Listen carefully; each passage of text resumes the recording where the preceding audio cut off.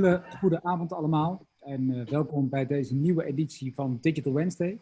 Mijn naam is Daniel Verhagen en ik mag vandaag jullie door dit programma begeleiden. Het was vandaag eigenlijk het plan om voor het eerst weer een kleine groep bezoekers op locatie te ontvangen in Eindhoven. Maar helaas heeft het virus ons wederom ingehaald. En kunnen we dus niet op locatie het event organiseren. We wilden eigenlijk een man of 35 daar kunnen ontvangen vandaag, maar dat gaat helaas niet. Dus zijn we weer overgeswitcht naar een volledig digitaal event. Gelukkig zijn we dat met z'n allen al aardig gewend de laatste maanden, dus we gaan er gewoon voor. Een paar hele korte huishoudelijke mededelingen voordat we met het programma starten. Heb je vragen aan een van de sprekers vanavond, stel ze dan via de Q&A. Tussen de presentaties door kunnen we de vragen stellen en zullen zij ze hopelijk kunnen beantwoorden. En we hebben er 3 sprekers vanavond. In totaal zal het ongeveer 1,5 uur duren. En daarna sluiten we deze webinar af. Nou, ons thema van vandaag is het sprekende onderwerp Digital Dystopia. Waar brengen alle digitale ontwikkelingen nou eigenlijk ons naartoe de komende jaren? Een beetje geïnspireerd door de serie Black Mirror. Een serie waarin we verschillende digitale doemscenario's voorbij zien komen. En vandaag hebben we 3 sprekers die hun visie gaan geven op die toekomstige ontwikkelingen en wat we allemaal zien gebeuren. Nou, dit onderwerp is zowel voor jezelf, maar ook voor je digitale interessegebied heel erg interessant. Want welke invloed hebben al die digitale ontwikkelingen nou op onze toekomst? En hoe kun je het in jouw vakgebied inzetten? En waar dien je rekening mee te houden? Een belangrijk ding daar ook in is, gaan we nou China niet achterna? We zien heel veel dingen in China gebeuren, nu ook rond het coronavirus. Wat zijn zij allemaal aan het doen en hoe gaan wij dat hier de komende jaren meemaken? Nou, we starten met de presentatie van Rachel Lowenstein. Zij is Associate Director van Mindshare New York. En geïnspireerd door de Netflix-serie Black Mirror werkte zij aan verhalen over mogelijke dystopische uitkomsten van adverteren, het medialandschap en merken. En aan de hand van deze verhalen schetst ze tijdens het webinar, live vanuit New York trouwens, een toekomstbeeld van onze marketinglandschap. Rachel, I will give the floor to you, the digital floor this time. Thank you very much and good luck with your presentation. Thank you, Daniel. Nice to be here. I'm Rachel Lowenstein. I work for Mindshare in the New York office, but I'm tuning in from Arizona, where I have chosen to quarantine for the foreseeable future. I'm just going to pull up my screen really quick. So I was actually in Eindhoven last summer and spent some time in Amsterdam as well. And I think very fondly of my time there. I had an incredible time and wish I could be there with all of you. But thrilled to be here today and presenting some episodes of the latest season of Media Dystopia. Now, Media Dystopia is an exercise in looking at what the future of media looks like. And importantly, we're not looking at the super far-reaching future. Instead, we're looking at things that might happen in the next few years as it relates to media and marketing. Now, importantly, as I go throughout this presentation, a couple of caveats. One, we make provocations and not predictions throughout Media Dystopia. I'm not a futurist. I don't know exactly what's going to happen in the future. These are simply really hyperbolic statements about what could happen given the state of the world today.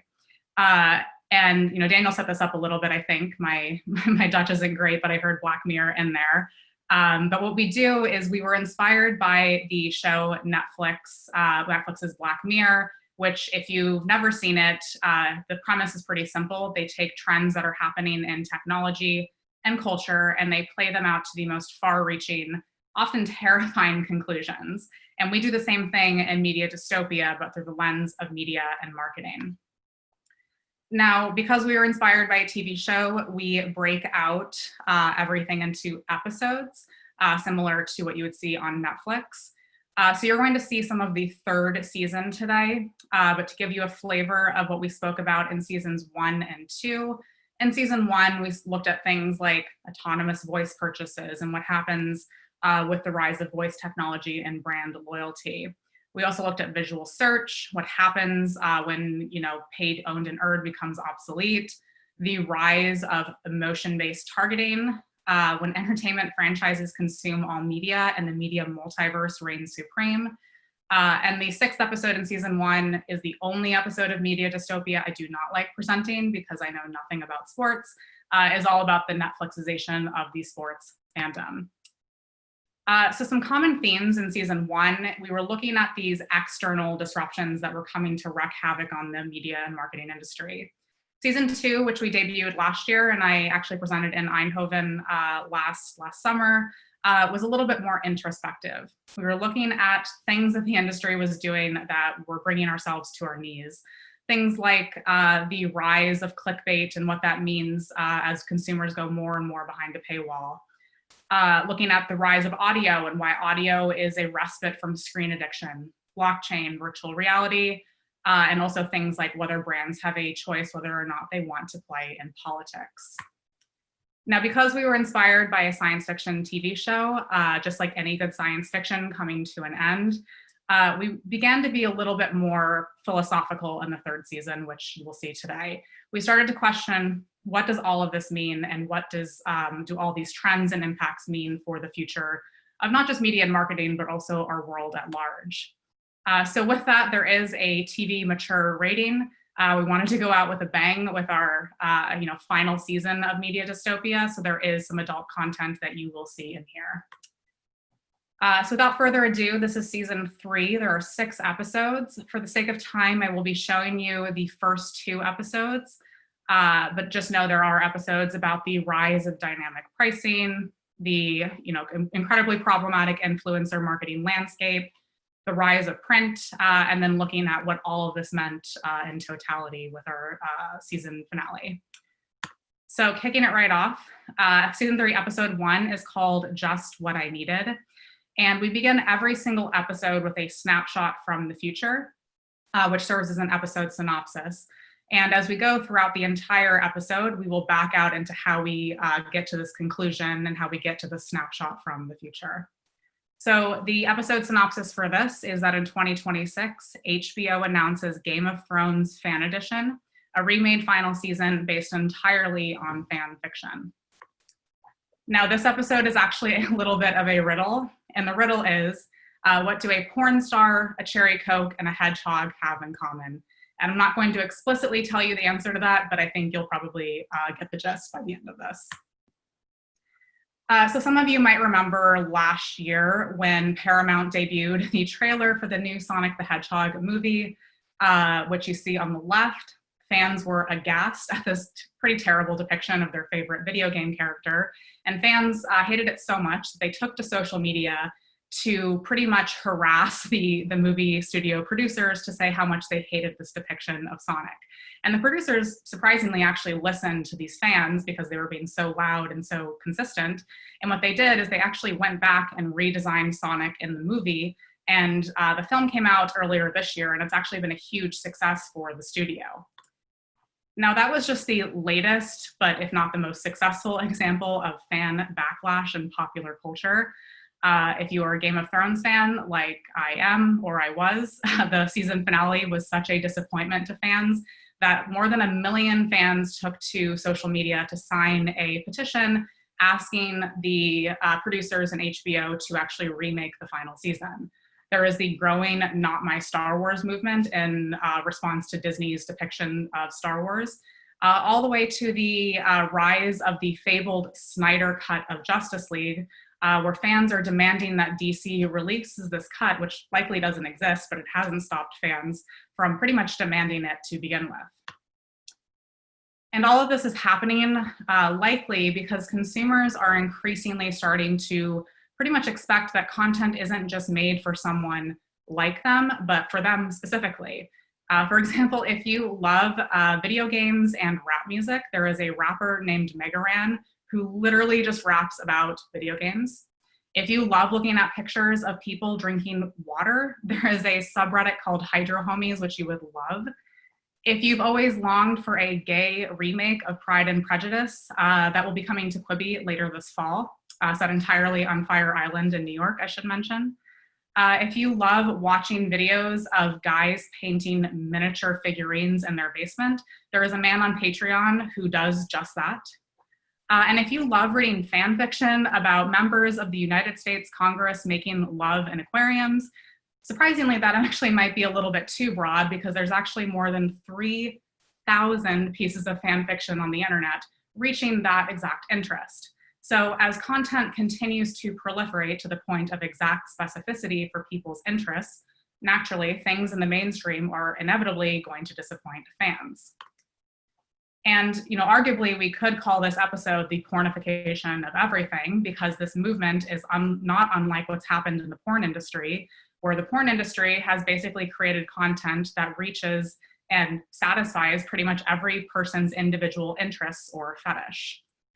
And I don't just bring up porn for the shock value, but porn has always been at the vanguard of all new technologies. They were really the first industry to figure out digital video streaming, and also one of the first industries to figure out digital payments.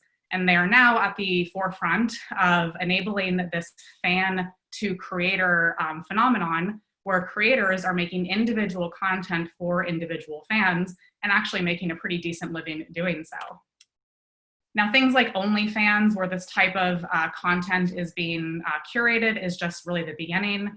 I'm sure a lot of you know about things like Cameo or Kickstarter, Ko-fi, Esther. All of these platforms have a very simple premise where individual creators will make individual content for people based off of pretty niche interests.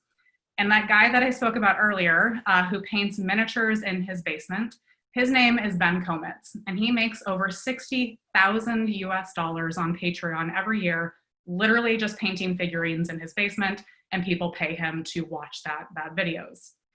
So in essence, all of us today as consumers are essentially like mini Medicis, commissioning content from our favorite creators and getting exactly what we want from them.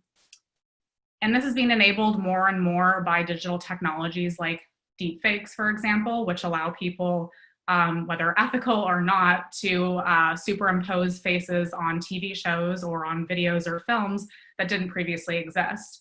The rise of CGI technology is allowing people to recast characters in films, even if those actors are actually dead.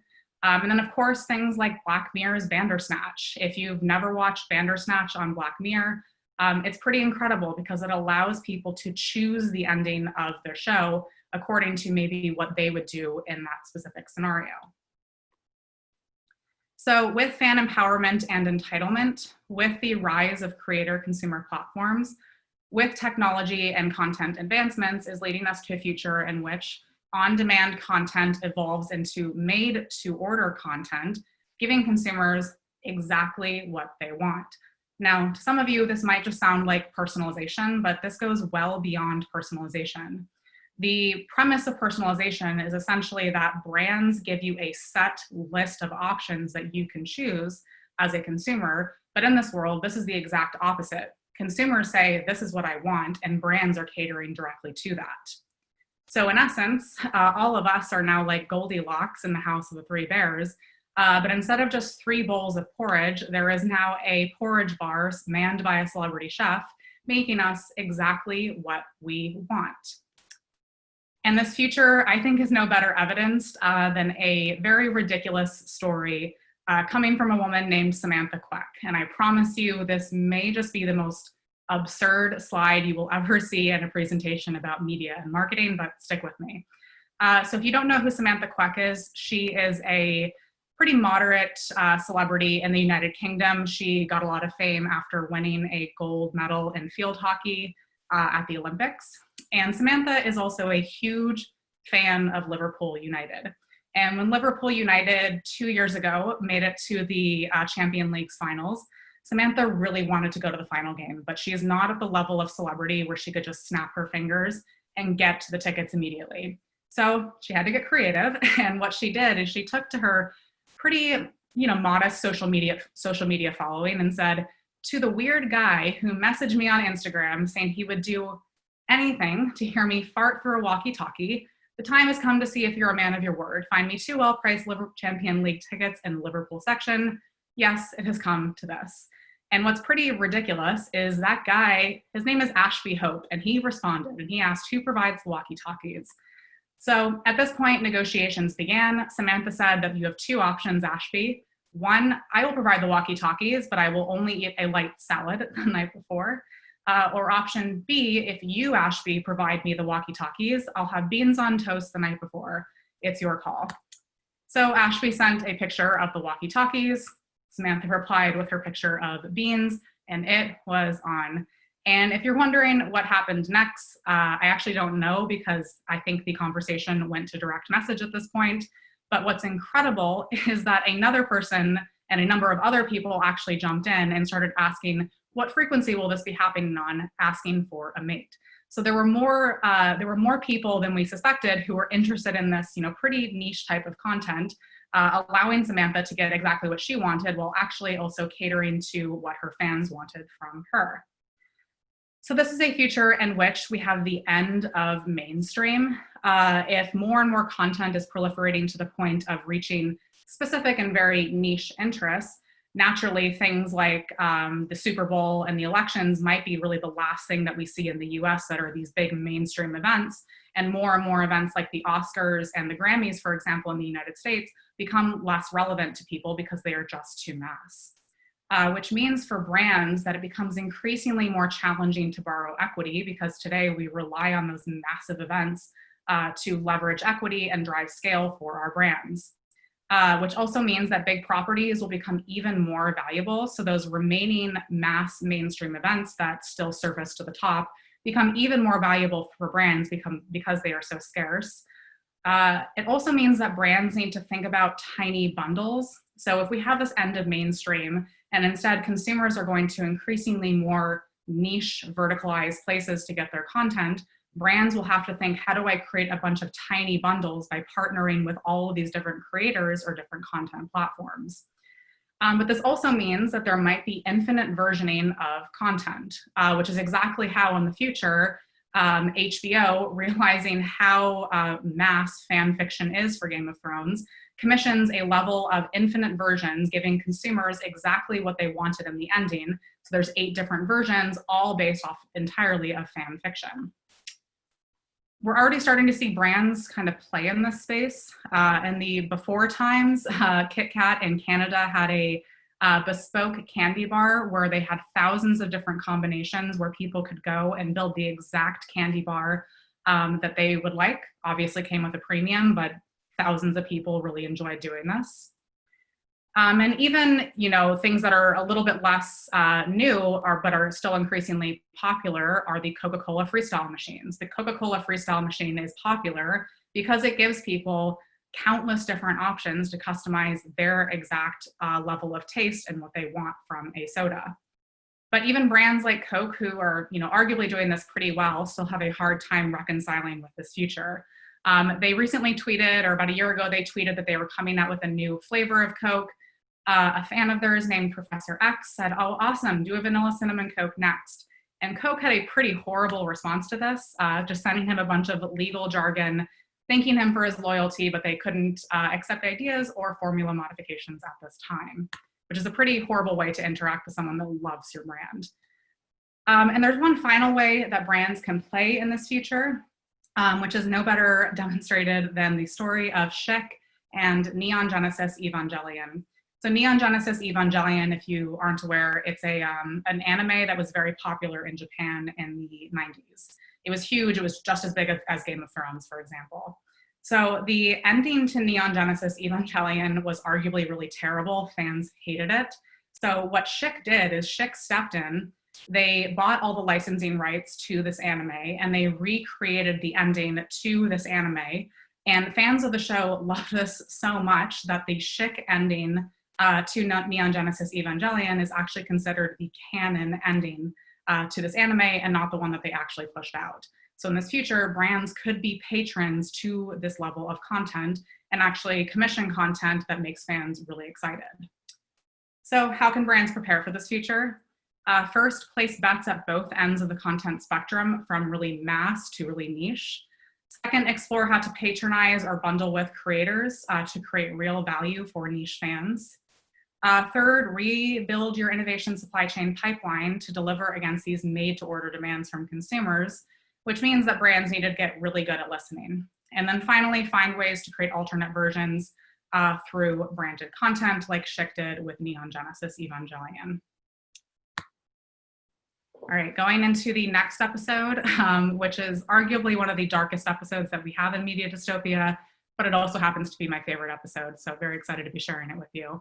and it's called On the Basis of Code. And the snapshot for this future is that in 2027, Dove is sued by the ACLU for buying ads that inadvertently discriminate against women of color.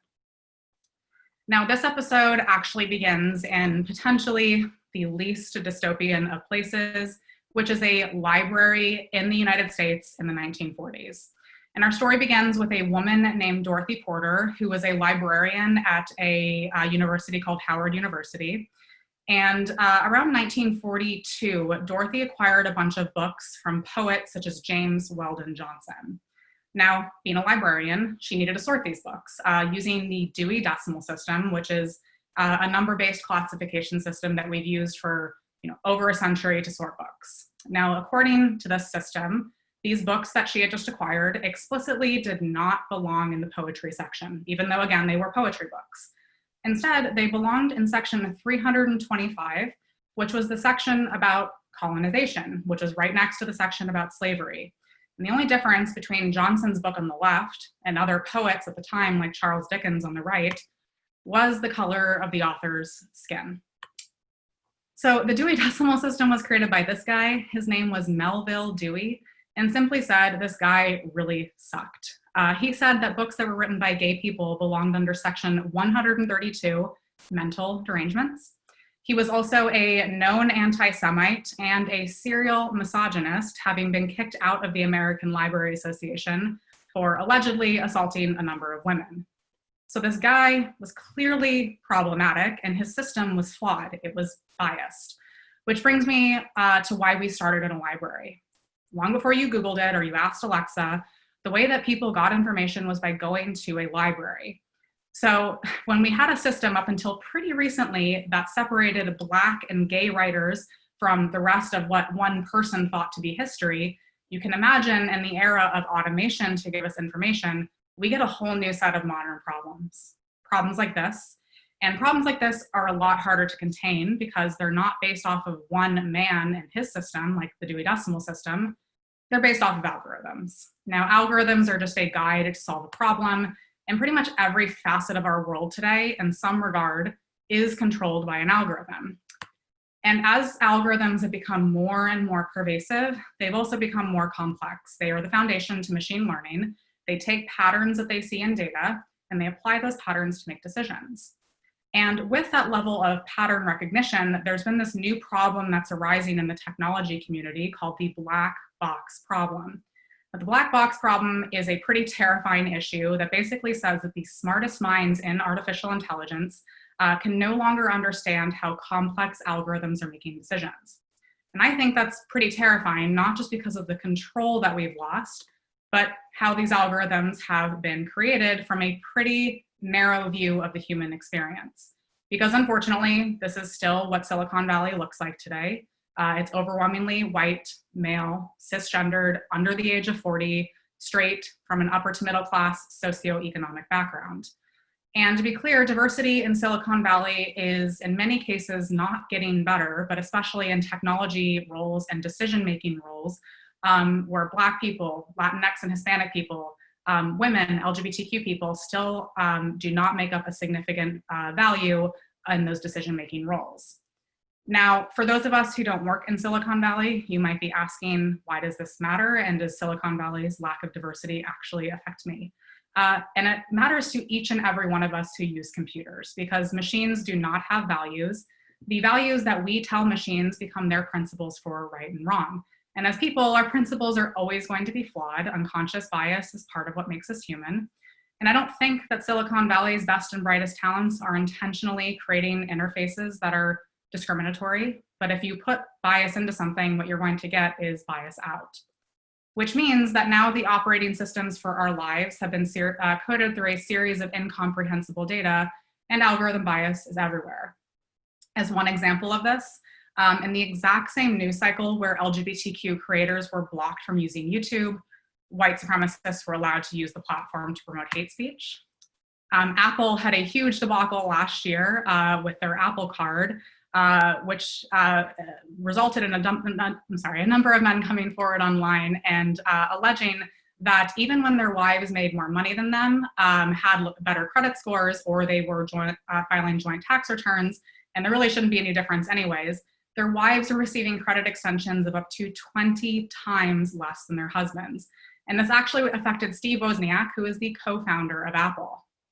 Voice is arguably one of the most human of technologies, and the United Nations was intrigued by this because most voice technologies and voice systems replicate a female voice.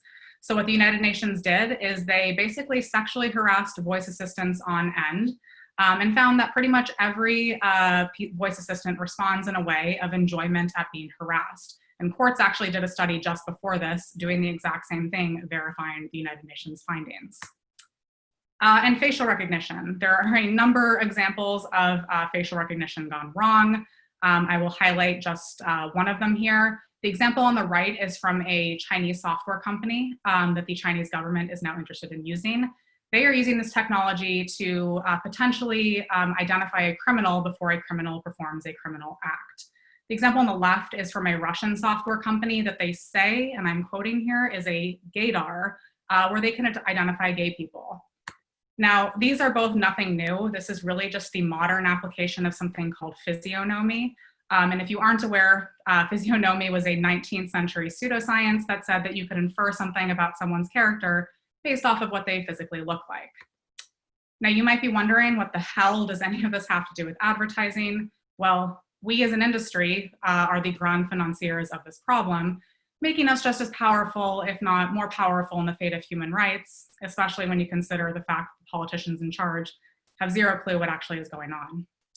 Now, of course, as an industry, we have been making more strides towards inclusivity, but the question is if the computers do not have the same values that we do as people, will consumers even see our attempts at equality, or will all of this just be systematically annihilated on the basis of code? So with all these factors that I just spoke about, we are leading to a future in which we are constantly teetering on the brink of societal regression on the basis of code. Now, algorithms that have been funded by ad dollars are so pervasive, they are the invisible strings that make the world dance. But there are two direct things that advertisers have done that have created or contributed to algorithm bias. One, relevancy, and two, protecting brands from bad content. So first, on relevancy, of course, we have laws today in the real world that protect against prejudice thinking. Saying that someone is more relevant for a job based off of their age or their gender or their skin color is, of course, illegal. But what's happening today is computers are blatantly breaking these laws, and we as an industry are training them to do so. We tell our friends in tech every single day that we want to reach a certain type of person. They take their algorithms, maybe some of our data, and they continuously run it through their systems to basically make decisions that certain products or services or jobs or housing are more relevant for a certain type of person. And I know it's hard to hear, but if anyone said any of these things in the real world, you would definitely find that problematic or maybe illegal. But insights like these are basically how digital advertising is unfortunately making decisions. Now, second, on brand safety, with that increased level of automation, brands wanted to protect against bad content or extremist content. So what we did is we took a bunch of keywords, we put those keywords into a block list, and we said we don't ever want to surround content that includes these words. And these words oftentimes include things about people's identities, things like gay, lesbian, Black people. And what happens is that content is defunded for journalism that includes things around these people's identities, which is incredibly problematic. And a number of investigations have found that words that are relevant to people's identities are almost always placed higher on these exclusion lists than words like porn or killing or drugs. So this is a future in which visible representation in ads won't matter because the computers that are serving our ads will not have the same values that we do as people, which means that brand purpose and brand safety have to become part of the same conversation. Consumers in the future might start calling us out for these algorithmic practices because they're becoming increasingly more literate in general on these issues. And then finally, and most critically, brands are more powerful in the fate of human rights than governments, which arguably I would say is already starting to happen today. Now, because we have so much power but no idea what to do with this power, I think we need some sort of guidance on what to do with all of this. And I think if we signed something like a technocratic oath to give us the guidance to buy no harm in this future, that could give us the guidance that I think the industry needs today. Now, in spite of everything that you just heard, if computers are going to shape civil rights as we know it, I am an optimist, and I'm an optimist because I think it's a lot easier to deprogram bias out of a computer than it is to deprogram hate out of a person.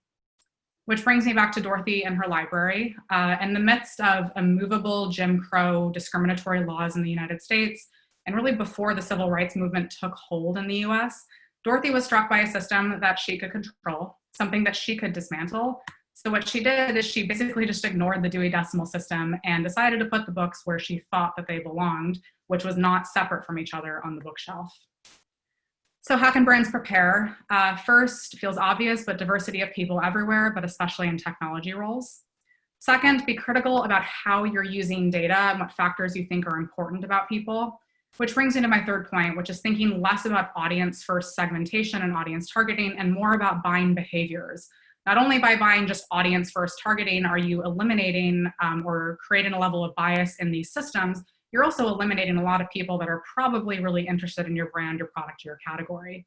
And then finally, and most easily, is just reevaluate your keyword block list to understand what problematic words you might have in there that is defunding journalism. So that was Media Dystopia. If you want to see seasons 1 and 2, you can go to mediadystopia.com to get caught up. And for the sake of time, I will leave you there. So on behalf of myself, Mindshare, and Samantha Queck, and her new sponsor, Heinz Baked Beans, thank you very much.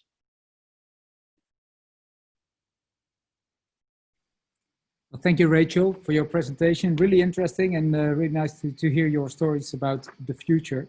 Can you tell me something about where do you think the responsibility lies that how we can make sure that the basis of the code is not going too far? Is it in governments or is it in the companies that are using it? I think today it has to be a mix of both. I think in general, I will talk from a US standpoint, just because that's where my knowledge is. I think the government certainly needs to find a way to work with these technology companies to understand how data is being used more ethically. But on the other hand, I do think that companies and corporations, especially in such a capitalistic culture like the United States, for example, brands do have a big responsibility there. And I think the conversations that we're having with our clients and across the agency, brands and companies do understand that. And I think that's a real optimistic future for us. Perfect, thank you. I see a big question in the Q&A, so I have to read it to check it.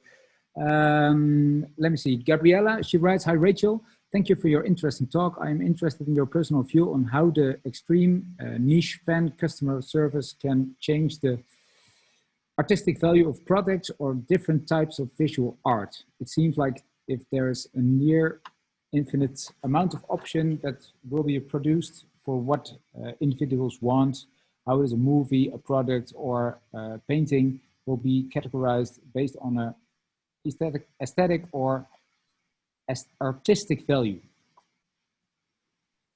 So just so I'm understanding the question, it's about how does it change the reality of artists and what defines value for art.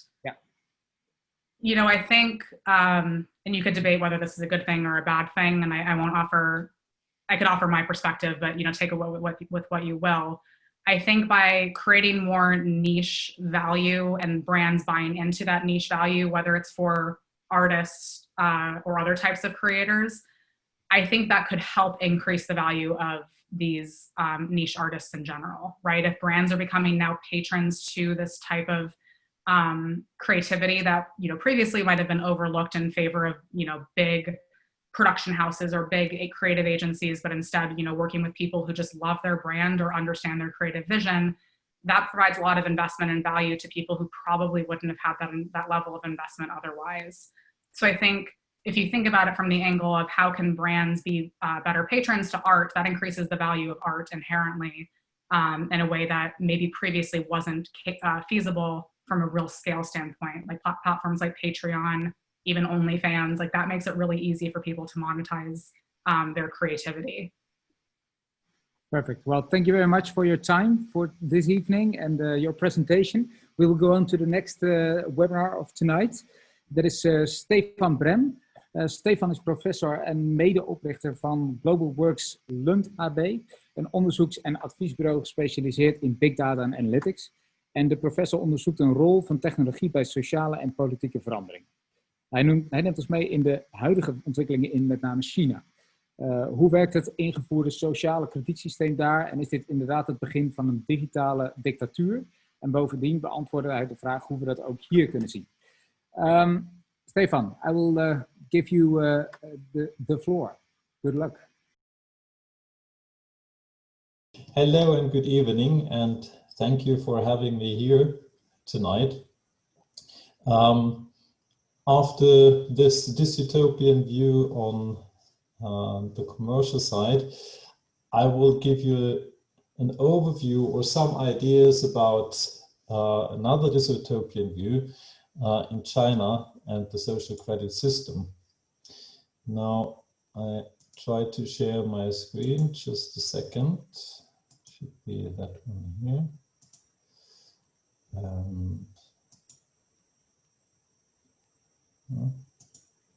Yeah, here we go. So, the social credit system in China, I don't know whether you probably heard about it before. There are many short articles out on that, wherever you go, where you can read something about the punishments, about the rewards, and about the dystopian ideas about China's social credit system. So I was intrigued pretty early and wrote something about it, and I guess this is what led me here.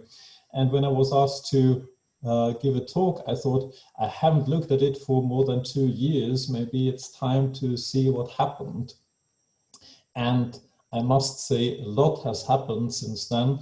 And I tried to give you an overview on these things with some additional personal thoughts. So just as an introduction, what is the Chinese social credit system about? The idea is pretty simple. It's a scoring system. And the scores are supposed to boost good behavior and punish bad behavior. And the same goes for interactions. So good interactions with people should get a reward, and bad interactions with people should be punished.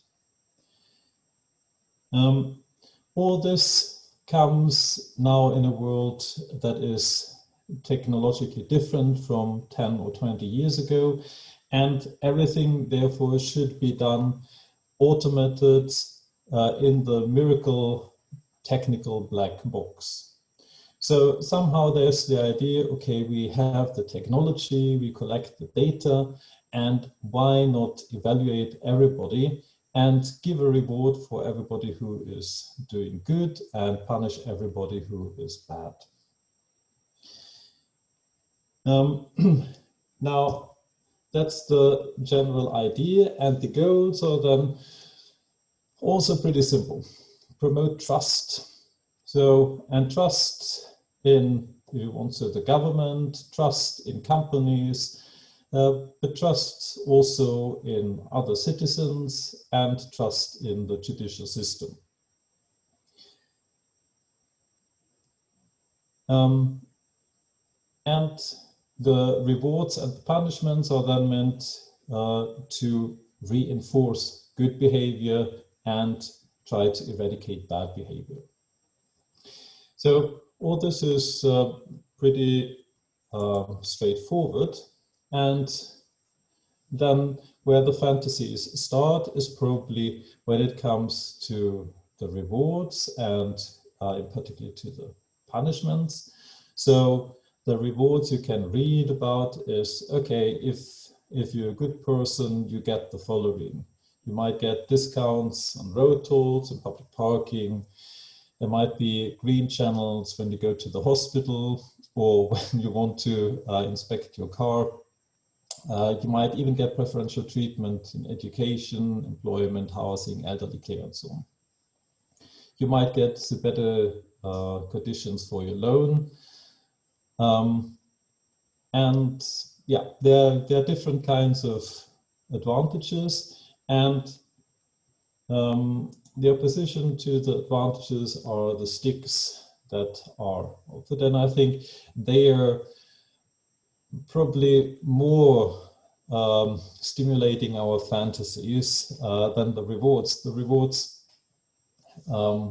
are comparatively boring. So government entities have been trying different things, like, for example, when you ring somebody, you do not hear the ringtone, but you get actually a voice that tells you this person has not paid his debt, so please make sure that this person fulfills his or her duty. And in many cities, you have these days large-scale screens that show pictures of traffic, people that do not behave well in traffic. And one example was here on May 1st. People standing in car queues could watch different people on screens that were punished for different kind of bad behaviors. So, but other things could happen to you as well. You could read a lot about you are prevented from flying, from taking the train. If you have a dog, they can take away your dog. Different kinds of punishments. And all this is a potpourri of measures, because still the social credit system in China isn't one system. It's several systems. So different cities, different authorities experiment with different kinds of social credit systems. Now, it's not only the government and government entities that experiment with different social credit systems, it's also the private sector. I just forgot another aspect of the government system is that it's supposed to show you who is actually a bad person and who is a good person. So there are apps out that you can download, and you can actually see on these apps whether you have a bad behaving or a badly scoring person close to you with geotagging.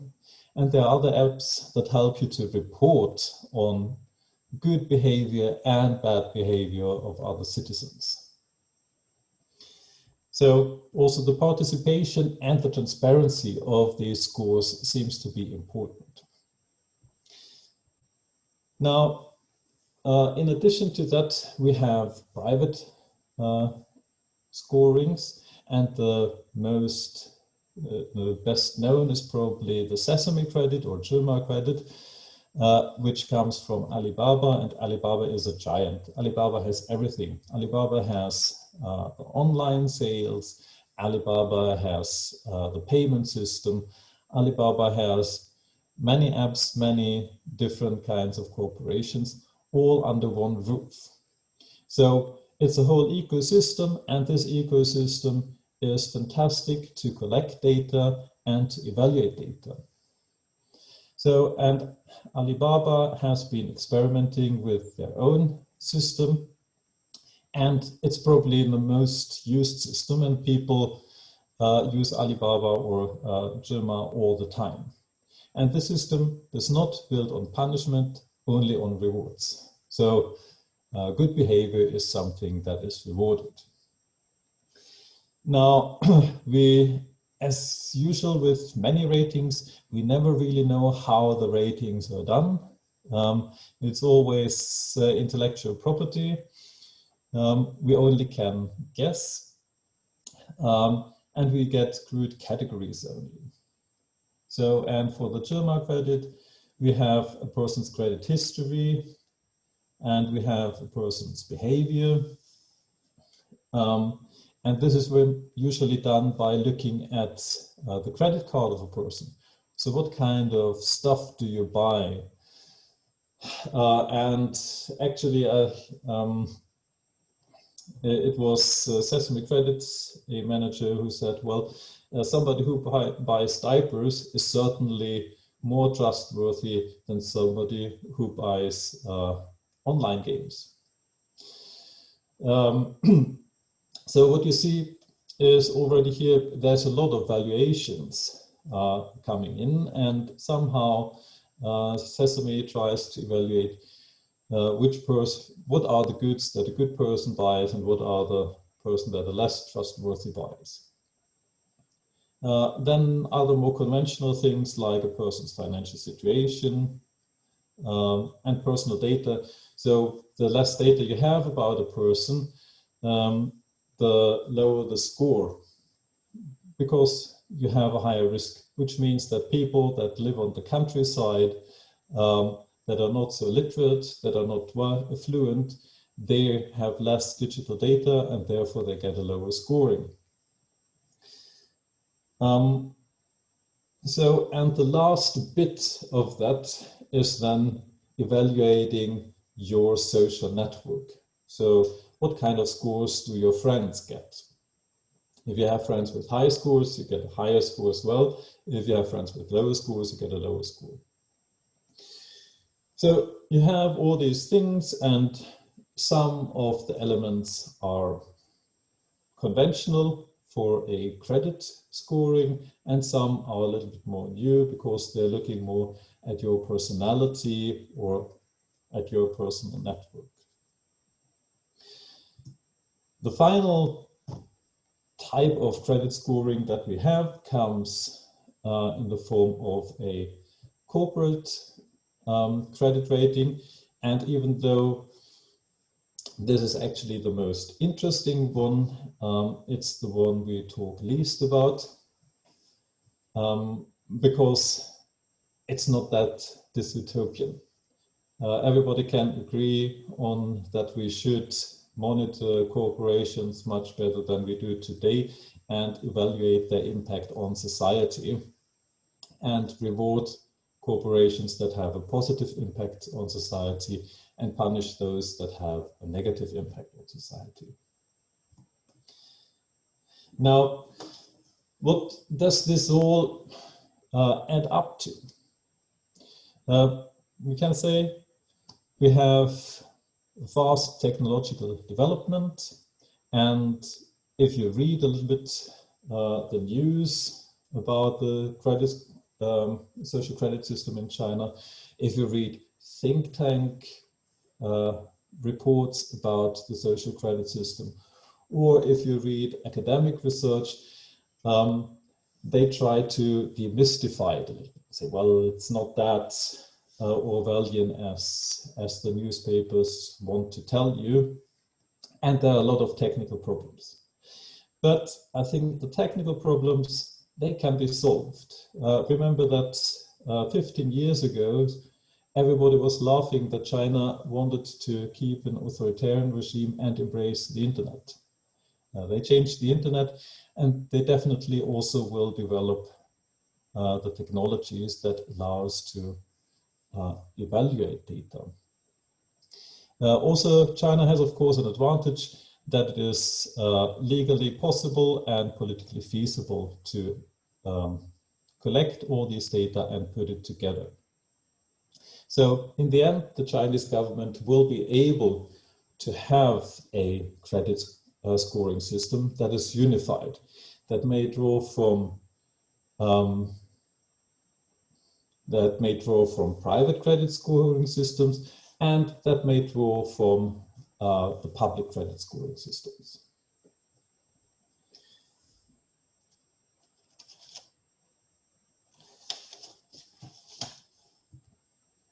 But what does this then lead in the end to? That is not really clear, because now imagine you get a score, and this score comes now from a wide range of sources and looks at different aspects of your life. And the government, the ultimate aim is to evaluate your trustworthiness. And your trustworthiness might have different dimensions. So on the one hand, they might be interested, or they are officially interested in, how good am I as a son? Do I regularly visit my parents? If I do not talk to my parents, if I do not visit my parents, I'm a bad citizen. They might also want to know, what is my financial status? Do I regularly have debts? And do I pay my debts back? Do I honor them or not? If I honor them, I'm a better citizen than if I do not honor them. But now think of what you do in a score with that. You score my behavior as a son, and you score my behavior as a financially responsible person. The problem is the score that you give in the end depends on the eye of the observer. You can create a score only for one interested party.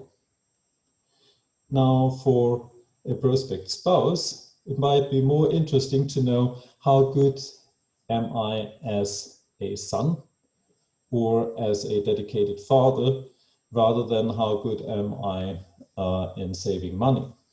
While if I go to a bank or to a venture capitalist, they might be more interested in my financial history rather than whether I'm a dedicated son. So the values of trustworthiness look very differently depending on who is looking at you. So that means a score can only be valued vis-a-vis one interested party. Now guess which party that is. It's of course the state. So the state defines what is right and what is wrong and what the state is interested in. And this means the credit score that is supposed to actually promote trust in society. We should be able to look at our mobile phones. Hey, in my app, I can see that you have a score of 778. That is pretty good.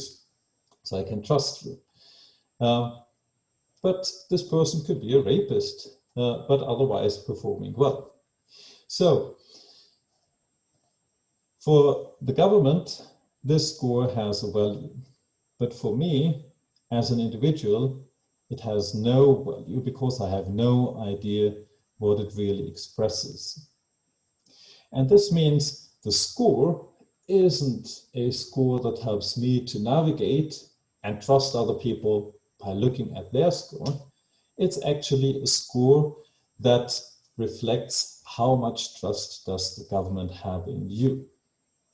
And this is something completely different, because this makes the scoring system really interesting for an authoritarian system. Now, what you see in this little chart here is basically to say, okay, the scoring system has two interesting elements. On the one hand, you have the profiling, that is collecting all the data. The other thing is then the social engineering. This is where the government comes in and says what is good and what is bad behavior. So this is the first variable where the state can actually tweak things, tweak your behavior and guide how people behave. And the second variable that the government has is then to provide benchmarks. What is good? How many scores do you need to be on a red list, and how many scores do you need to get on a blacklist? So all that is pretty authoritarian, and then one would think people don't like it, right? But actually, this is a rather recent representative survey of more than 2,000 Chinese citizens, and the large majority is really in favor of the social credit system. Now, the most interesting thing about that is that it's not the usual suspects that are in favor of it. That is the older people with low income and low education, because they trusted the government and obeyed to government orders. No, it's actually the wealthy, rather wealthy citizens with high education that are most in favor of the credit scoring system, or the social credit scoring system, while the most marginalized ones, like women living in rural areas, are the most skeptical. Now, you can guess that probably the affluent and well-educated people expect to be scored higher, while women in rural areas expect to be scored low in the potential system. But then the question still remains, why are so many people really positive about the system? And this answer is relevant because if they are positive, it also can give us a hunch of, is this system only for China, or is it a system actually that we are all facing one day? Now, to make that a little bit clear, we have to look back in time and see, why is a credit scoring system or social credit scoring system so high on the agenda?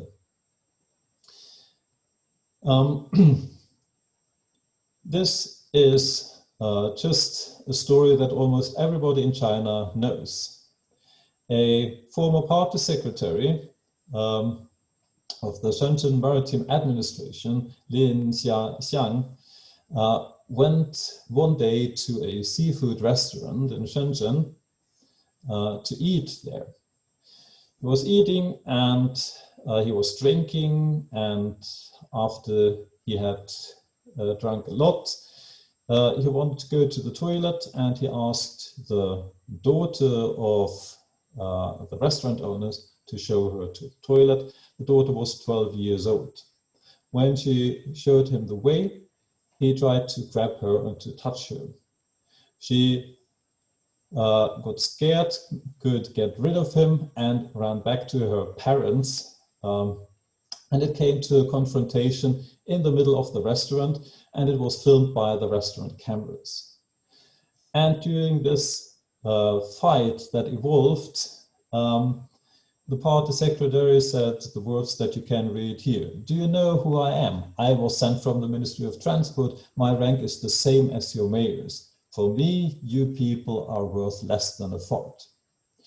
Now, this became so well known in China that ordinary people call themselves fart people, because this is what they feel they are for the ruling elite before Xi Jinping. Another story that plays into this picture is Yang Da-Tsai. He is another party secretary, and one day, in this picture, he went to a traffic accident, inspecting the works to clean the road. I think 13 people died. It was a horrible accident, and he was seen in social media smiling. People got angry about his lack of empathy. And what people did is they started to look at this person a little bit more, and they collected here a lot of pictures of him wearing different kinds of expensive watches. So he got the name Uncle Watch. And because of citizens posting or analyzing the different watches, he actually was then investigated for corruption, and he was in the end also convicted for that. Now, a little bit later, another mayor in Sichuan, he also likes expensive watches. But during the earthquake, when Li Keqiang, the premier of China, came to the earthquake, he preferred to take away his watch, which gave him the name uncle without watch, Fan Ji.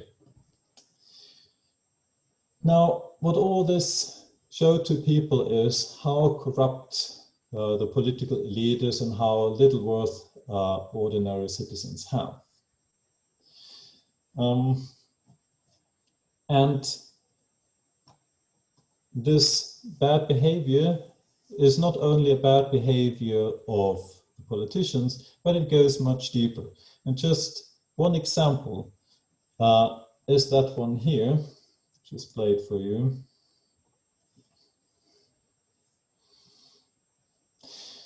So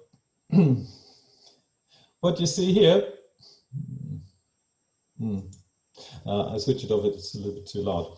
So what you see here is a woman in a high-speed train has booked a seat at the window. Now somebody is sitting there, this person, and she was asking him to leave the seat to her, and he refuses to get up, and they then start to discuss, and she was asking him whether he does not feel well, or whether he is drunk, and he said, no, I'm okay, I'm not drunk. And she asked, so well, why don't you get up? I don't know, I don't want to get up. And she asked, so if you go to Beijing? And he says, yes. So will you get up in Beijing? Yes, I will. But why can't you get up now? Because it's my seat. So they're quarreling. He just refuses to leave the seat. And she just posts that on the net. And people get so angry about that, about this bad behavior. And if you listen to that,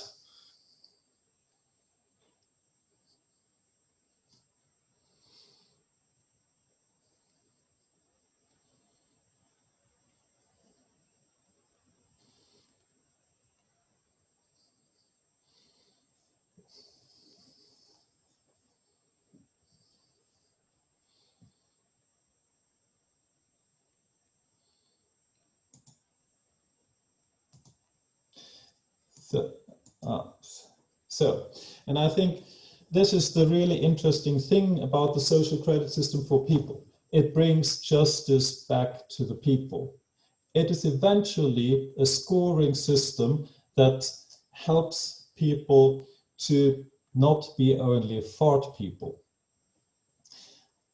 Because the social credit scoring system relies on a very small elite only. Most of the people will be subjected to the scoring. And it's not only the political elite that will get constrained, but also bad behavior that makes people so angry.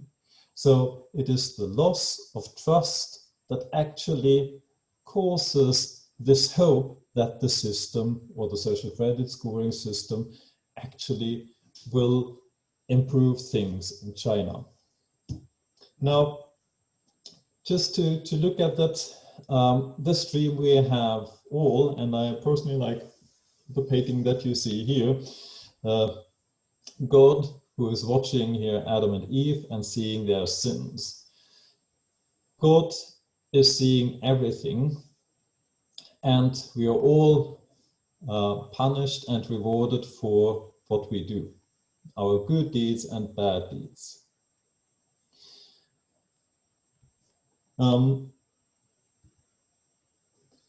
So then the question is, can a social credit system also be something for us in the future?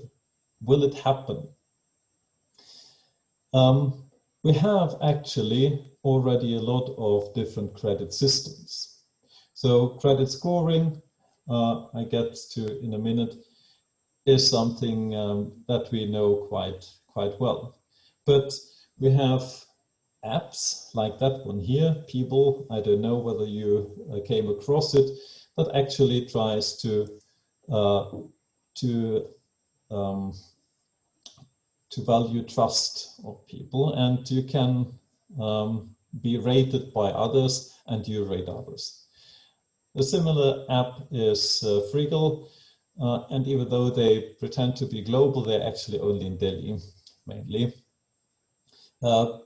And both People and Friggle are not really huge apps, but they exist. We have a lot of credit ratings, of course. More conventional one would be FICO in the US, and they are basically only looking at an individual's credit history. Really not so nice. In my home country, Germany, the Schufa is using also geocoding and scoring people lower that live in neighborhoods where you have other people with low ratings, or if you live in neighborhoods with low rent or substandard neighborhoods. But then we have also more advanced credit agencies that use your Facebook profile or that actually record your mobile phone actions in order to determine what kind of loan you can get. There are also a lot of self-ratings like Google Fit and Fitbit that produce a lot of data about ourselves. Before that, you had no idea how many steps you actually take. And this information you can provide these days to insurance companies in Australia or the US in order to get better insurance conditions. And we have other kinds of ratings. We have oppressive ratings. That one here is a new one coming up on TikTok, that young teenage boys start to rate girls on TikTok, and they give them basically 3 scores. The first number is the upper half of the body, the second number is the lower half of the body, and the letter is the face. So ratings exist everywhere.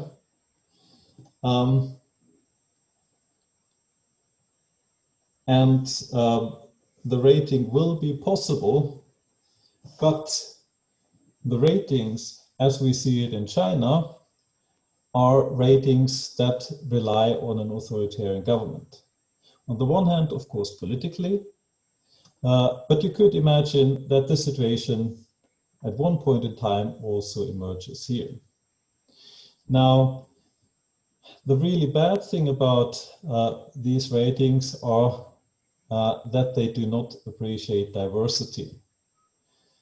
Sorry, Stefan, sorry that I interrupt you, but can you end the presentation within a few minutes, because we still have... The last. Perfect. The last Thank slide. you. Thank you very much.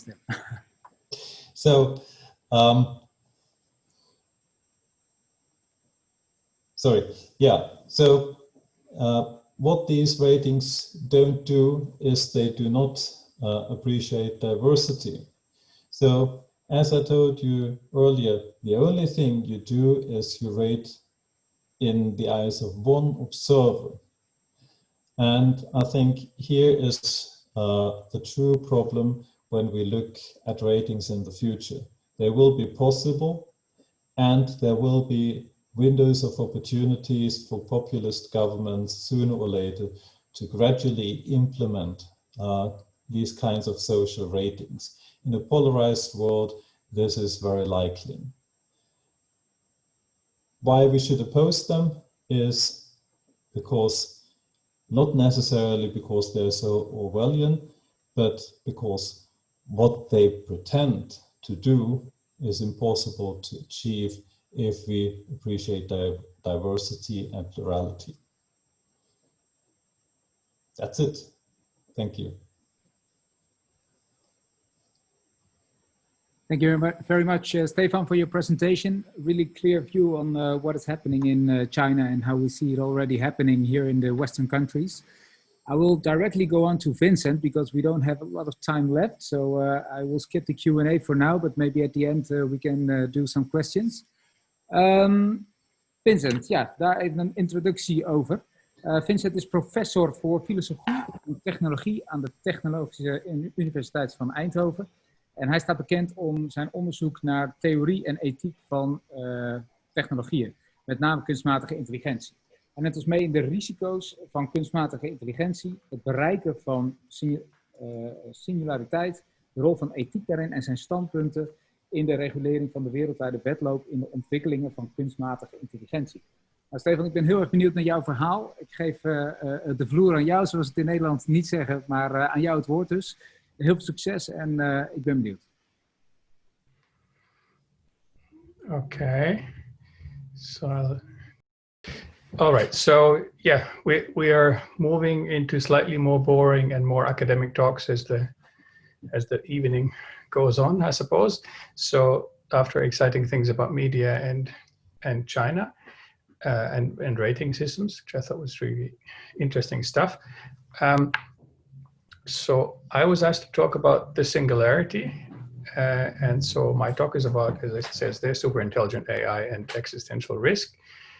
And what I will do is that I will investigate the background of this idea a little bit. I will talk about what existential risk has to do with it and what that is. And then in the longer section, I will talk about the assumptions made in that argument so that you can make up your mind whether you think there really is existential risk here or not. But that's basically the end of the story, to worry or not to worry. Okay, so this discussion has several contexts. One context is that I used to work in the Future of Humanity Institute at Oxford, where with Nick Bostrom, who has published prominently on these issues. And the other context is that I've recently written this article for the Stanford Encyclopedia of Philosophy, which is summarizing the ethics of AI and robotics, generally speaking.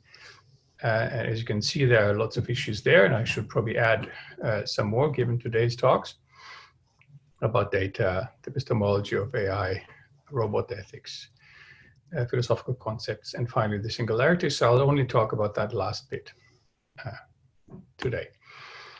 And yes, I should mention perhaps that AI ethics is currently not just a theoretical discussion anymore, as it has been for a long while. So I've been doing this kind of things for 15 years or so, and nobody really bothered with it.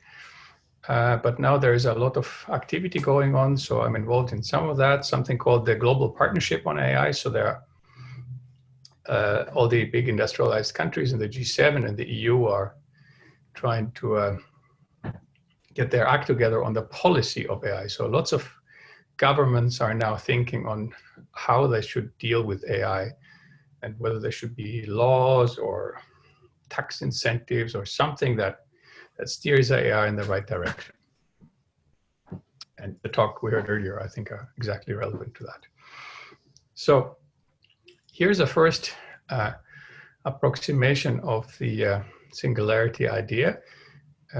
It's a simple little graph, but I think it works. So on the horizontal line, you have time. Okay, so the little person there, that's you. And on the top, on the vertical line, you have human progress, whatever that means exactly. And from the perspective that we are on now, things look sort of rather unexciting, right? I mean, there is a continuous line. It's sort of, things sort of move up in various ways if you want to put it in terms of technology and so on. Okay, but maybe the picture is actually like this. So everything looks okay by the time for the person who's on that green line there, but actually something really dramatic is about to happen. That the talk is about. Is that true, and what is that dramatic thing? So this is what the author of these slides in Wait But Why suggested. So perhaps there's something that happens at some point, and then we have some kind of an explosion of intelligence, and then something new happens. So let me try to explain that notion a little bit. So here's a background from Ray Kurzweil, who's been writing about this for 20 years or so. And Kurzweil has pointed out basically that computers are getting faster. Okay, so on this slide, you can see the years. And in the vertical, on the y-axis, you have calculations per second that you could buy for $1,000. And that's a logarithmic scale. So every line is 10 times as much as the previous line. And what he points out is that there is exponential growth here. I think that's a really important notion, and one notion that a lot of people don't understand. I think we could see that very nicely in March this year when I was talking to people about the pandemic, and people were saying, oh, well, you know, we only have like 40 deaths or something like that, or 10 deaths in Britain, not a big deal. And I said, when did you have 5 deaths? Oh, that was 3 days ago. So if you have a doubling of the deaths every 3 days, then you get this thing called exponential growth. So you could very easily calculate that you're going to be at 10,000 deaths in 3 weeks' time. And that's, of course, exactly what happened in the UK. So we underestimate, I think, the power of exponential growth. There's lots of examples for that. And Kurzweil, I think, pointed that out quite correctly and said there is exponential growth in computing and things are going to change very much at the junction there between these, don't know whether you can see my cursor, between the line, this is the growth line, and the line where the human brain lies. So he thinks computing is going to become so strong that's going to have the same computing power as a normal human brain. Okay, now it's not obvious that computing power is the only thing that's needed, but never mind. He calls that the singularity. This idea is fairly old. It's been used by other people in the past. So here's a quote which I find remarkable in that regard, because it is from 1965. So that was from a person who cooperated with Alan Turing on a couple of the first computers. 1965 means that the first computers were, well, around 15 years old, maybe 20 at the most.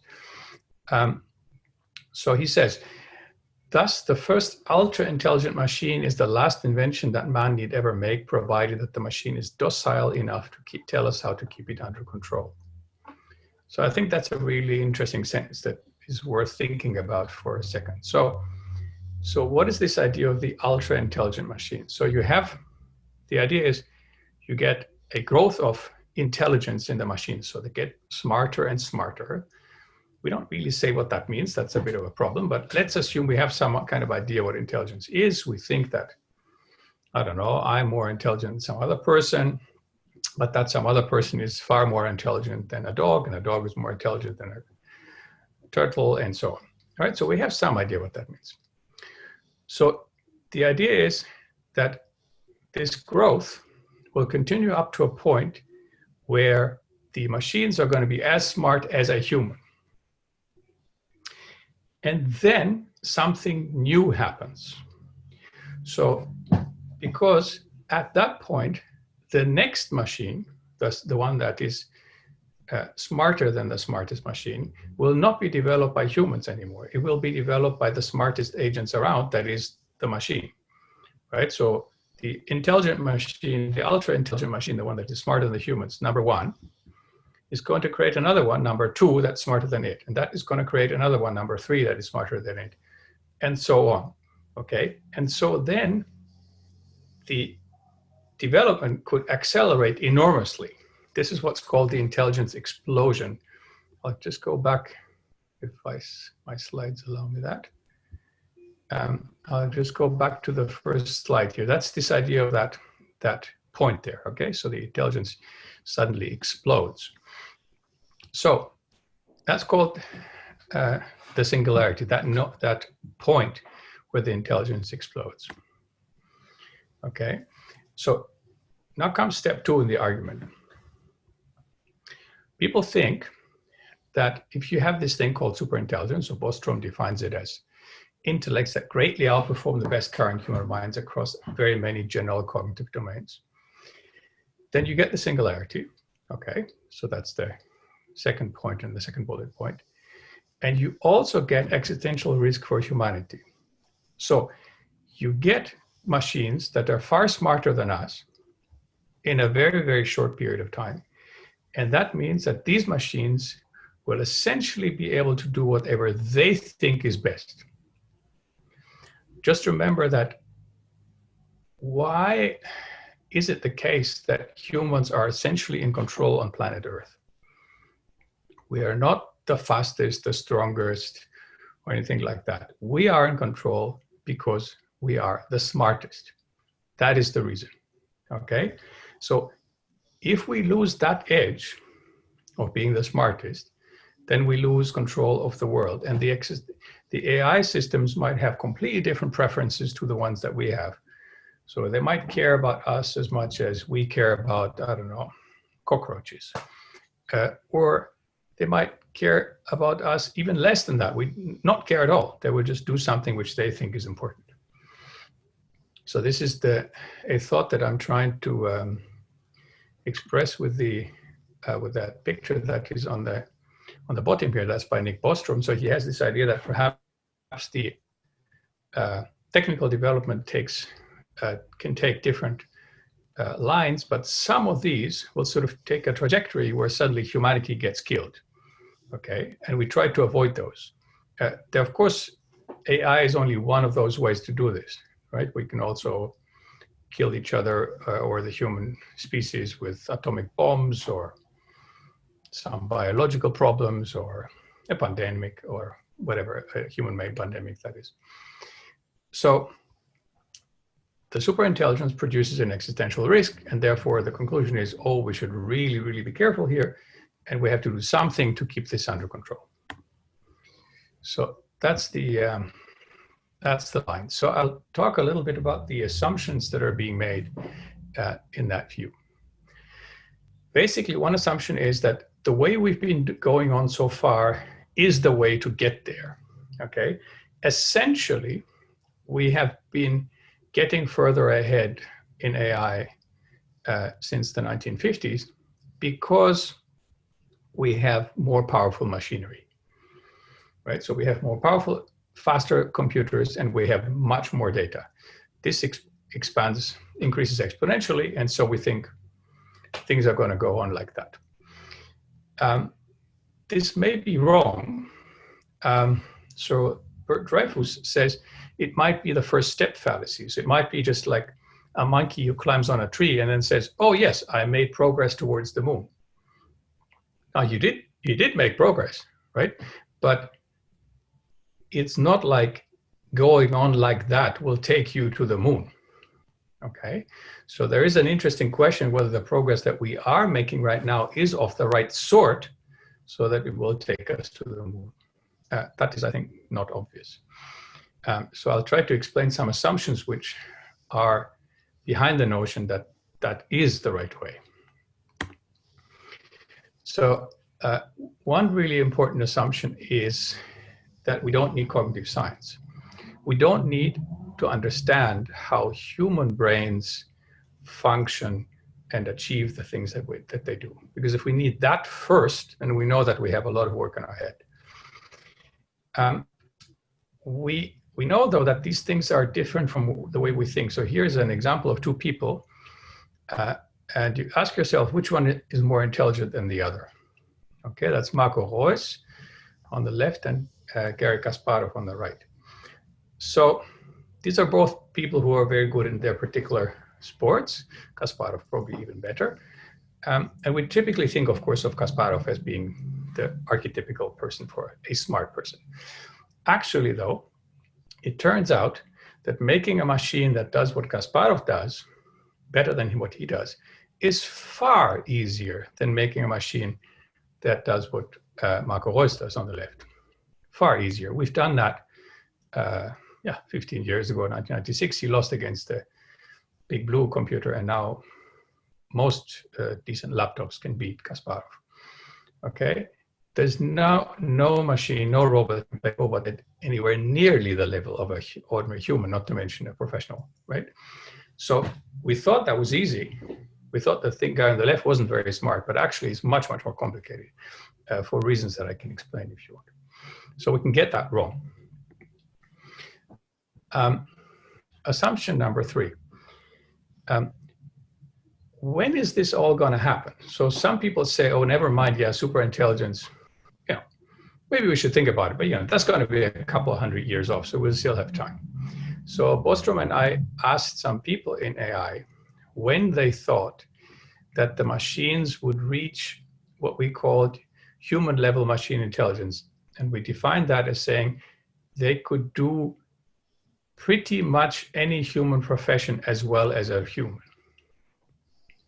Okay, so we said pretty much because there are some professions where it's apparently important that you are a human. Okay, so we shouldn't get that in the way. Anyway, we asked them that. And we asked various people at various conferences, top AI cited researchers and so on. That's in a paper published. And the important numbers in the circle, sorry, then the circle should be one row down actually. Anyway, it's the same number. 2050 was the median time when people said that that kind of a thing might happen. Okay, so that's in 30 years. So in other words, it's not a subject that is sort of sci-fi, never mind. At least that's the argument here, right? So that's another assumption that this is actually on the cards. I think if we'd ask people now, they would probably have an even earlier date. We should probably try that. Here's an interesting notion that is helpful for thinking about these problems, which is the hype cycle. It's not really a cycle, but doesn't really matter. So the idea on that cycle is that Gartner hype cycle is that there are technologies go through a sort of move that is pretty much the same. So initially they're ignored. Then the expectations of what they're going to do are becoming bigger and bigger. At some point, people realize the expectations aren't really so, are not really realistic, that the expectations go down. The machines don't do as much as they want. So that's the way down in that graph. And then at some point, usually they go up again into a sort of normal level. So the question is, where are we with AI on that cycle? So this one is actually, this particular cycle you see there is for AI. So there's lots of AI technologies, and there's AI ethics, digital ethics. You can see that maybe there on the top. So they think digital ethics is currently overhyped, interestingly enough. So, and then it's going to go down. So where is AI? Is it AI overhyped, or is it actually underhyped? You know, are we to expect more even? So that's an interesting question, very hard to answer, I think. Assumption number 4, an important assumption is, one thing you might say about the superintelligence is you say, okay, yeah, well, these things would be super intelligent. That is, they would be sort of like a god or something like that. They would know everything. They would know what's right and wrong. They would even be better than us, right? So they would not kill us or anything like that. They would just do what is right. And Bostrom says that he thinks that intelligence and what he calls final goals, essentially the same as morality in his term, are orthogonal. So that's what the thing on the left is trying to indicate. So you can have any kind of intelligence with any kind of goals. So you can be super, super intelligent and have completely ridiculous goals. So, or nasty goals.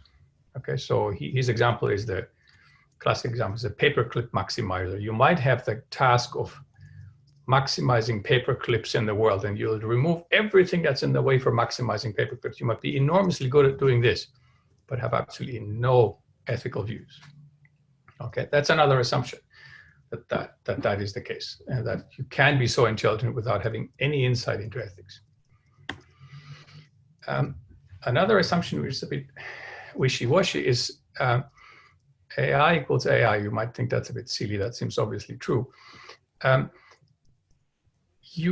We think of AI. So when we think, oh, what is super intelligent? We sort of imagine, oh, well, that is sort of, yeah, like me sort of thing, but much, much more intelligent. No limitations of the sort that I have. I forget things, I don't get things and so on, right? Well, much, much more smarter. But perhaps that is the wrong way to look at AI. AI is actually perhaps just a technical discipline that provides particular technical solutions to problems. It does certain things really well, certain other things it's really awful at doing those. And systems use AI, so we shouldn't be saying the AI does this. That's maybe a misunderstanding. You should just say this system does this. Okay, so that's another assumption that people make. So I summarize the steps that are made in order to get from superintelligence to existential risk is that superintelligence will lead to singularity, a singular event where the machines sort of take over, and that produces existential risk. I've said that I think this step makes a lot of worthwhile assumptions. Some of these are doubtful. So number one, we are on the right path with speed and data. Number two, which is connected to number one, obviously, is that we don't need any insights into cognition to do this. This might well be true, right? Lots of AI systems now use absolutely no insight on cognition, machine learning systems particularly. Number three, it's urgent. It's actually something that's happening now. Number four, intelligence has nothing to do with morality. And number five, the AI we're talking about is the AI that we're doing right now. One last point to make. So maybe you now go away and say, oh yeah, the singularity thing, if you look at it more carefully, it's really just a sci-fi. So let's not waste our time on that. I don't think that would be a good idea, because it could be that everything I've said today happens to be false or not particularly convincing, not really showing the truth of something. So it could well be that superintelligence really is around the corner and really does lead to existential risk. And because the stakes are so extremely high, it would matter enormously, right? It would matter far more than COVID-19 or many other things that we think are hugely important. It is worth thinking about this, even if the probability of that event is really quite small. Okay, so illustration, if you would know that there's a 1% probability of the building that you're sitting in right now is going to collapse the next hour, earthquake, for example, it would be a good idea to go out, right? You could say 1% is not a lot. 1% is a lot if it means you're dead, okay? So you better get out of there. So if it's a 1% probability of existential risk, we should better think about it hard. Okay, thank you.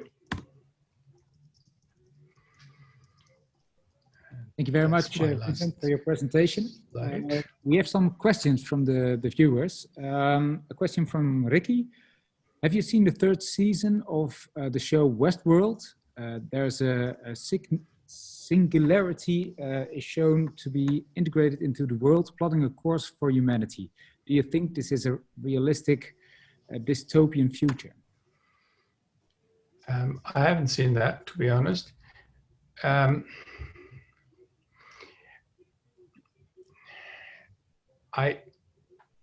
It doesn't sound realistic. I mean, if you wanted to integrate into the world, that sounds like the kind of thing where you assume that you sort of get control over the superintelligence, right? So one thing where I think there's very good reason to agree with the people who think of this as a serious problem is that it seems very, very difficult, to say the least, to have a system which has these properties and keep it under control, right? There are various people who've been trying to use various mathematical and other tricks to try and make sure that that's the case. I'm not at all convinced that anything of the sort would ever work out. So if we do get such a system, then it will, I think, be in control, and it might plot a course for humanity, but as I said, it might just not care much about humanity. I mean, why should it care more about humanity than about other things? And why would it not care much more about itself, like humanity does, right? I mean, we care a lot less about other beings in the world, for good or bad reasons, but we certainly don't. So I'm not sure that I find that very plausible. Right, thanks. What I was thinking of, are there any examples of AI already going wrong? Do you know of some examples at this moment? Well, obviously there are plenty of examples of AI going wrong in the sense of having impact that we think is unethical, unfair, bad for society, and so on. Yes, but that is what I would say is sort of short-term AI ethics, short-term problems, right? I mean, the first speaker, for example, talked about bias and discrimination. That's an obvious problem that exists. There are lots of obvious problems about the fact that we are under surveillance and under manipulation, right? The second speaker talked about a system of that sort, but we all are, right? Everything you do on the internet is recorded and sort of used against you in some ways. So there's quite a lot of stuff that's going wrong with AI right now, but it's of a completely different sort from the notion that there will be some sort of super intelligent agent that will take control. So some people have actually said the problem is not that computers are going to be so smart and will take over. The problem is that computers are so stupid and they've already taken over. Thanks. I also have a question from Armijn. The question is it even actually possible to learn AI the values we have as humans and care about the humans? Do you think that is possible? Yeah, there are basically two ways of making that kind of thing possible. One way that some people have actually suggested is to make sure that that is an important aim of the AI. You teach the AI that the important thing is to figure out what it is that humans really want. And we stress the word really want, right? So not sort of a blissful state of stupidity under some drug, right? Other people have suggested that one way to do this is to send them to kindergarten, right? So how do we learn ethical behavior? Well, we learn ethical behavior with other humans. Another way that I think would be favored by a lot of philosophers in ethics would be to say, well, if a system really is super intelligent, then it would understand, for example, that justice is a good thing. Or it would understand that breaking a promise is worse than keeping a promise, because it would understand what making a promise means. So this is called ethical realism. So the view that there really is such a thing as the right thing in ethics, at least in certain core areas. And we would hope that the super intelligent being might be able to understand that. That is, in other words, the opposite of Bostrom's orthogonality thesis, right? Who says that these are just completely independent notions. All right, thanks. I have one last question for you.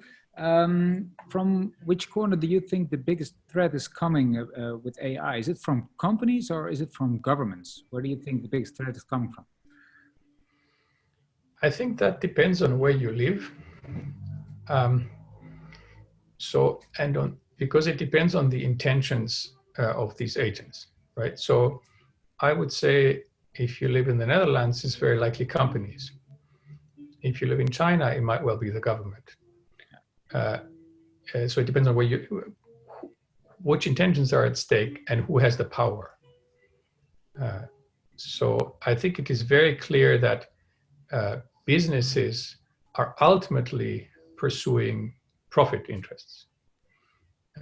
And they will very often use very dubious means to get there. And that is happening right now. I mean, the businesses that we know in the information society are basically exploiting the current situation in which people don't understand what's going on and the regulation is highly insufficient. Yeah. I would rather like to have a conversation with the previous speaker also. I'm not sure whether that's possible. Well, we can ask. Stefan, are you still in? Yes, I am. Well, there you go, Vincent. Yeah, so I because I think your talk was really interesting. It deserves questions from the audience and or just discussion. I was wondering about the opening you made, sort of speak towards the end when you said, well, there are lots of rating systems like that, and they're developing in the Western world. And I wrote in the chat, I don't know whether you saw that, that you and me are already rated. We are right? rated. So Google Scholar Yeah, we are rated in all sorts of places, but we do sort of Google Scholar rates academics, right? And as you know, these ratings matter, and they're interestingly often generated by us. So you and me, we both have a Google Scholar profile, which means that we actually individually decided to make that data accessible to the wider world. So what do you think is the significance of these kinds of events? Do you think that's going to sort of mushroom in some way, or? Yeah, I think the rating in itself is probably not so much the problem. It is also problematic, just problem that we are pondering here at Lund University about is we just dropped out of the Financial Times top 100 ranking and got on 103, and now the university thinks, what did we do wrong? And the thing is, the calculation is proprietary. Had the same fate, so yeah. It's exactly the same problem. And the calculation is proprietary, so we do not know why. We only can guess. And this is, of course, not really helpful, I would say. So we are subjecting us to ratings where we not even really know how we get there. But nevertheless, these are kind of specific ratings. They are rating the university, or they rate my academic output. Now I have the choice to say, okay, let's see what kind of academic output I have, and okay, this is my rating. Take it or leave it. The problem is, once I start to rate me as a whole person, here I get rated as an academic. It's a very clear dimension. If I say I have to be rated as a financially responsible person, as a father and an academic, and I put that in one score. So should my fatherhood compensate for my bad academic record, or the other way around? And I think this is the problem once we start to aggregate everything in one number, and this is the aim of the social credit system, to have one figure in the end. That is a simplification of complex dimensionality, and for you, when you look at me, it might be interesting to see me from my academic point of view, and therefore this rating makes sense. And you wouldn't care so much about other things. But it has the same problem, doesn't it? It also condenses your academic performance into one number. Yes. And I mean, I've been recently on a hiring committee, and we had that discussion, and we said, okay, we're going to hire this person even though they have a significantly lower number on that score, because we don't think that reflects the quality of the person, right? And the university rankings, as you pointed out, is even worse. And so it seems to be, and of course, if you made this overall ranking, right, Vincent's number, it will be even worse. So your complaint, so to speak, about the system is the intransparency of the way it is made up, and the lack of actual information content. Well, it could have a lot of information content, but in the end, I mean, we have a lot of these ratings. If you think of rating freedom of the press or something like that, all these indicators are used in order to manage things, and we very often say what we cannot measure, we can not manage. Right. So, and we are all part of this new public management. This is why we get the ratings. And this is why we subject ourselves to that, because it is expected from us. All academics are super critical about it. We all know it is not the whole truth about our academic output, about our contribution. And I trust also that other academics do not just see me as a 7, but maybe also look a little bit more of what I do. So it's one part of the story. I think the story just gets so immensely complicated when we just put different things together and then say we are a 15 without knowing what a 15 actually means and being reduced to that. And even if it means something, my point is it means only something in that case for the government. because they are aggregating this number and they reflect their preferences in the final scoring. It doesn't reflect the preferences of anybody else. Stefan, we have another question from the viewers. Armijn asks, is it possible for people in China to hack their ratings? So is it possible to mislead in any way, like visiting your parents very often or go there very often to show that you're a good person in your family situation? Is that possible? That's the whole point. The whole point is that you are supposed to adjust your behavior to get a better scoring. Yeah. So it's in lieu of having the values or a good education of your parents or other empathy. So it just tries to get back this kind of trust and good behavior by giving you hints. Well, here you can boost actually something. So yes, it is. You're supposed actually to act upon it. Yeah. Okay, thank you very much, guys, for the presentations of you both. We have to end this webinar now, so thank you. Rachel also, she already left because she had another meeting to visit in New York. Dames en heren, iedereen bedankt voor jullie aanwezigheid. We hopen dat jullie hebben genoten van het programma van vanavond. De volgende editie van Digital Wednesday is op woensdag 21 oktober. En op dat moment zal het onderwerp zijn Design en Intimacy. Het is dan ook de Dutch Design Week in Eindhoven. In ieder geval de digitale versie daarvan. Volg Digital Wednesday uiteraard op de social kanalen om daar meer informatie over te ontvangen. We zullen er uiteraard snel meer over bekend maken. Ik wil als laatste heel graag de sponsors bedanken. Dat zijn Freo, High Quality, Hike One, Greenhouse en Happy Horizon. En ik wil iedereen een hele fijne avond nog wensen. Nogmaals bedankt voor jullie aanwezigheid en tot snel. Doei doei. Thank you.